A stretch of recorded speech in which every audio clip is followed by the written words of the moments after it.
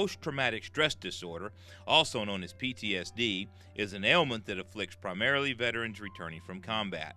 It is estimated by the Veterans Administration that as of 2014, 20% of veterans who served in Iraq and/or Afghanistan suffer from PTSD.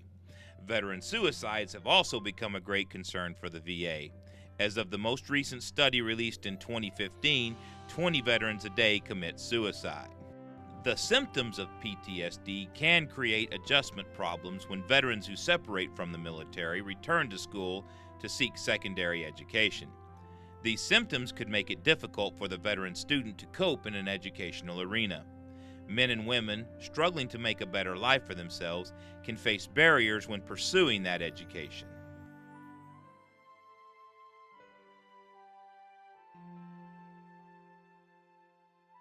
Christina Bass, a clinician and recruiter for the Center for Brain Health at the University of Texas in Dallas, says that post-traumatic stress disorder is a neurobiological disorder where somebody's brain and entire nervous system has been impacted either by being in an environment of chronic threat or being exposed to overwhelming physiological, emotional, or psychological events. The brain and nervous system, overwhelmed, are unable to process the past trauma. As a result, the emotional response tied to the past events is interjected into the present, meaning the person frequently relives and responds to the past. While all veterans who return to college do not suffer from PTSD, those that do find dealing with the after effects a challenge. I think the biggest thing is to remind myself that, where I am when something kicks off.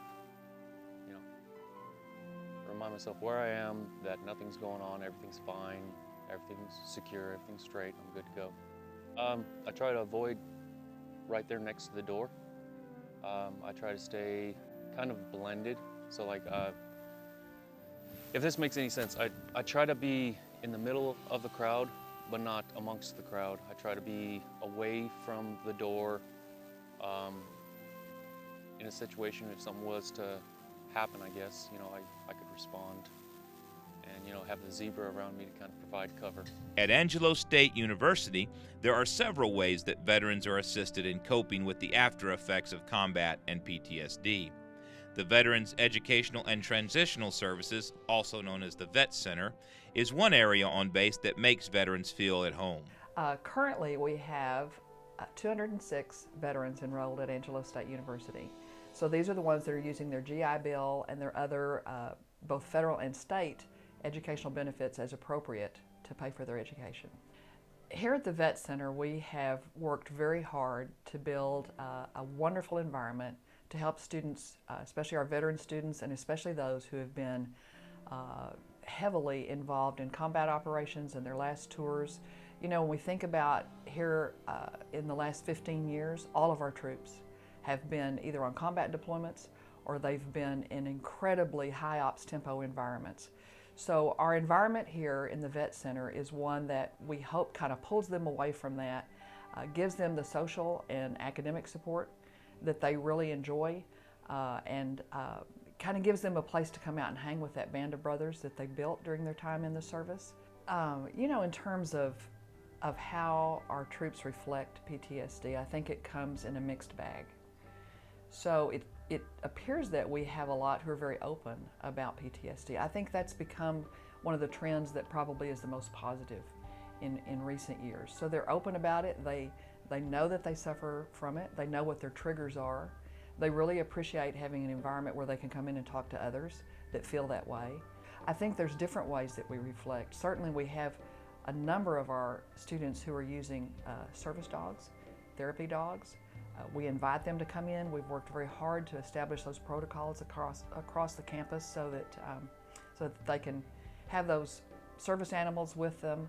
Are there some who don't talk about it and don't admit to it? I'm sure that there are. Faculty here at ASU also strive to ensure the student veteran feels comfortable in the college environment. So let's say that a person comes up and says, I have testing anxiety. Okay, What if we put you in a different room where there's no noises, it's quiet, and you can take the exam over the course of an hour and a half as opposed to 45 minutes, right? But then I think you also have to just be aware of the nuances there, because maybe a student doesn't want to be removed from the classroom, because then that would bring attention to them, right? So that's where it's very critical to have a conversation with the student that basically goes along the lines of, hey, what can I do to help you and accommodate you?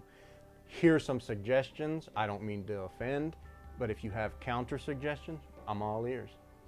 We have the Americans with Disability Act, and mostly those students who have disabilities go ahead and they present us with the things that they need to be able to cope in the classes and to do their work. And so we follow those guidelines to the letter, making sure that we can make whatever accommodations we can so they're successful in class. Well, usually we can approach it in a lot of different ways, and the main thing is to find out how to ease the anxiety. It may be a situation where the person wants to be isolated when they take their test, or it might be a situation where they want to have more time with the test. As long as it's reasonable accommodations, yes, we can go ahead and do pretty much anything. Both Ms. Williams and Dr. Klingeman believe that information and communication is key to the success of the veteran college student.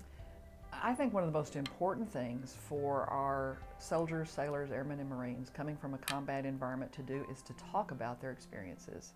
You know, where they've been, what they've done, find that band of brother, that comrade in arms that they, you know, may or may have not known out in the field and that kind of thing. But obviously to talk about it. The things that we hide are the things that get us. It is a normal thing. It's happened in every war, in every conflict since the beginning of time. You can't go through those kinds of things and not be affected. The secret to it is communication, communication, communication. And so if we can get them to feel comfortable and open up about it, sometimes that's all that they need. If they need a little deeper help or a little longer term help, we're here as long as it takes. We also have counseling services across campus that we can direct them to. We work very hard with the Texas Veterans Commission and all the Wounded Warrior project. I believe it's based there in Houston is one that we tap into. So we have the world at their disposal if they'll just let us know what kind of help they need. Have a conversation if you feel that it is, you know, if you want to. We never want to violate someone's privacy, right? But, you know, as a professor, I'm open to those conversations. I'm not here to judge. I'm here to educate. And so if a veteran feels that, you know, that let's say that they're comfortable talking with their professor, I think that's where a lot of it starts. Is, you know, do you feel comfortable enough talking to your professor and confiding in them or telling them, you know, I suffer from PTSD, really, you know, I want to be successful in this class, what can I do? And then, you know, there's a flip side to that too. You know, maybe students don't want that attention. You know, maybe they don't want that attention. But I think it does start at least with a conversation, okay? Because as a professor, like I said, you can't just look out over the crowd and say, oh, this person's a veteran, this and this. And you know, you never want to stereotype, right? And so I would encourage any veterans that your education matters, okay? First and foremost. You know, you're a veteran, and you know, there's the respect that comes with that from me for veterans. So if the person feels comfortable, I think it starts with a conversation on what can we do that will assist you in being successful in this class. The military veteran college student can be successful in the educational arena even when suffering from the effects of PTSD. Counseling, developing coping skills, and communication are just 3 of the means the veteran student can use to thrive in academia.